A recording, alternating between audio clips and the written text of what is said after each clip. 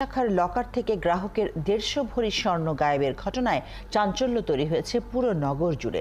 এই ঘটনায় ব্যাংক কর্তৃপক্ষের দিকে অভিযোগের তীর ভুক্তভোগী গ্রাহকের। অবশ্য ব্যাংক ম্যানেজারের দাবি লকারের চাবি তাদের কাছে থাকে না। স্বর্ণ গায়েবের ঘটনায় মামলার প্রস্তুতি চলছে। চট্টগ্রাম থেকে প্রণবেশ চক্রবর্তীর প্রতিবেদন। চট্টগ্রামের ইসলামী ব্যাংক চকবাজার শাখার লকারে গচ্ছিত ছিল গ্রাহক রোকেয়া আক্তার বাড়ির ১৬০ ভরি স্বর্ণ ও স্বর্ণালংকার।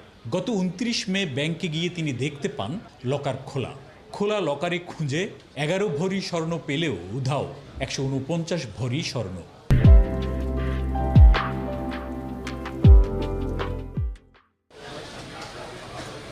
ব্যাংকের ঊর্ধ্বতন কর্মকর্তা ও ম্যানেজারকে জানানো হলেও ঘটনাটি প্রকাশ্যে আসে ১ জুন।